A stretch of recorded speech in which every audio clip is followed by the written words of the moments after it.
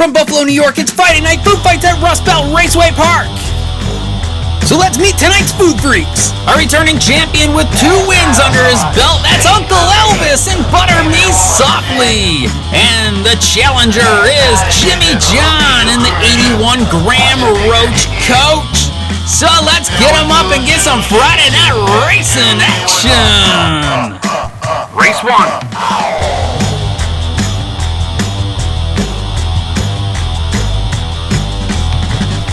Jimmy John takes the first one.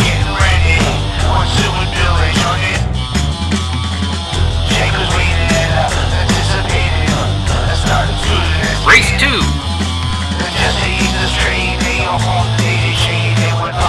Uncle Elvis takes the second race as Jimmy John is off the track.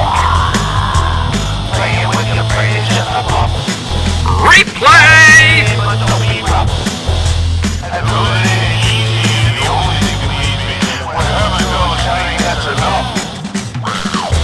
Sudden death!